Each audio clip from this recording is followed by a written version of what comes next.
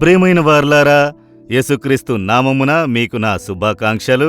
ఈ స్థలం ఎలా ఉన్నది? బాగున్నది కదా? చాలా సుందరమైన సౌందర్యమైన స్థలములు ఎక్కడ ఉన్నదని అనుకుంటున్నారా? నేను చెప్పాను కదా, మున్నారు అన్న స్థలము కేరళ రాష్ట్రంలో ఉన్న మున్నారు ఎస్టేట్ ప్రాంతము. చాలా అందమైన కొండల ప్రదేశము, చాలా అందమైన టీ ఎస్టేట్ ఇక్కడ ఉన్నది. చూచుటకు చాలా సమృద్ధిగా ఉన్నది, కనులకు చాలా చల్లదనంగా ఉన్నది. దేవుడి సృష్టి చూస్తే చాలా సుందరమే. మీరు కూడా ఒకసారి ఇలాంటి స్థలములకు వచ్చి చూడాలి. చాలామంది టూరిస్టులు వస్తున్నారు. సెలవు దినములలో మీ కుటుంబమును తీసుకుని రావాలి. 2-3 దినములు ఉండి పిల్లలకు ఈ స్థలములను చూపించండి. ఆ విధంగా ఈ స్థలములను చూచినప్పుడు దేవుని మహత్యమును మీరు చూడగలరు, దేవుని స్తుతించగలరు. సరేనా? సరే, ఇప్పుడు దేవుడు నాకు ఏ వాక్యం ఉంచినారు అని అడుగుచున్నారా? ప్రసంగి 5వ అధ్యాయము 7వ వచనము, నీ మటుకు నీవు దేవుని యందలి భయభక్తులు కలిగియుండుము. దేవుడు మిమ్మల్ని చూసి చెప్పుచున్నారు, కుమారుడా కుమార్తె, నిన్ను సృష్టించిన దేవుడను నేనే, నిన్ను కలుగజేసే ఈ లోకములో ఉంచాను. నేను అన్నిటినీ గమనించుచూ ఉన్నాను. నన్ను గురించిన భయము నీకు ఉన్నదా అని దేవుడు అడుగుచున్నారు. దేవునికి నీవు భయపడము. కనుక మనుషులకు అనేక విధములైన భయములు ఉన్నవి. చిన్నపిల్లల్ని చూడండి, కొందరికి నాన్నంటే భయము, కొందరికి అమ్మంటే భయము, కఠినముగా ఉంటారు అని భయము, కొందరికి టీచర్ అంటే భయము, కొందరు వ్యక్తులను చూస్తే భయము, కొందరికి ఎవరిని గురించి భయము లేదు. అయితే ఏ భయము కలిగి ఉన్నదో లేదో దేవుని భయము మనలో కనబడాలి. యోబుని గురించి వేదములో చెప్పబడింది. దేవుడే సాక్ష్యము ఇస్తున్నారు.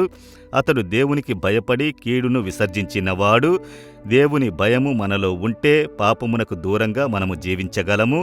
కనుక దేవుని భయమే మనిషికి చాలా ముఖ్యము అని దేవుని మాటలు చెప్పుచున్నవి. దేవుని భయం మీలో ఉన్నదా? దైవ భయమే లేదండి. ఇప్పుడు భక్తి ఉన్నది.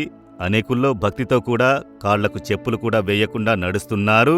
దేవుని వెతుకుచూ ఎంతో ప్రయాసపడుచున్నారు. చాలా భక్తితో, త్యాగముతో దేవుణ్ణి వెతుకుతున్నారు. క్రైస్తవులు కూడా చర్చికి వెళుతున్నారు. పలు విధములైన భక్తితో ఉన్నారు. భక్తితో మనము గొప్ప ఆశీర్వాదము పొందుకోలేము. భక్తి అవసరమే.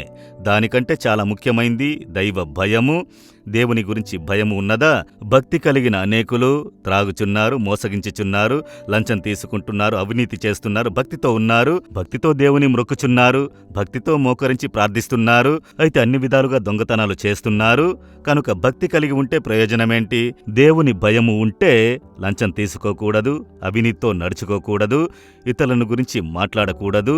దేవుడు నన్ను గమనిస్తున్నారు, ఇతరులను గురించి నేను మాట్లాడకూడదు, కొరతను చెప్పకూడదు, నేను ఇతరులను బాధించినట్లుగా నడుచుకోరాదు. అప్పుడే మనలో భయము ఉంటే మన జీవితం పరిశుద్ధముగా ఉండును. కనుక దేవునికి భయపడి ఉండుడని చెప్పబడినది. ప్రభువుని గురించిన భయము హృదయంలో ఉన్నదా? దేవా, ఎప్పుడూ నాలో ప్రభువుని గురించిన భయము ఉండాలి. నేను దుర్మార్గమునకు తొలగి పవిత్రమైన జీవితము జీవించాలని చెప్పండి. వారే ఆశీర్వదించబడినవారు, వారే సమాధానముతో ఆనందంగా ఉండగలరు. అలాగే ఒక ప్రార్థన చేద్దామా? అలా చెప్పండి. దేవుని చూసి, దేవా, మిమ్ములను గురించిన భయము నాలో ఎప్పుడూ ఉండాలి. నేను మీకు భయపడి పవిత్రముగా జీవించాలి, నీతితో జీవించాలి. దానికి నన్ను సమర్పించుకుంటున్నాను.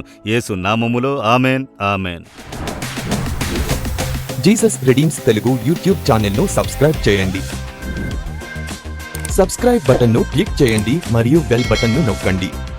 ప్రతిరోజు కార్యక్రమ సమాచారం పొందండి.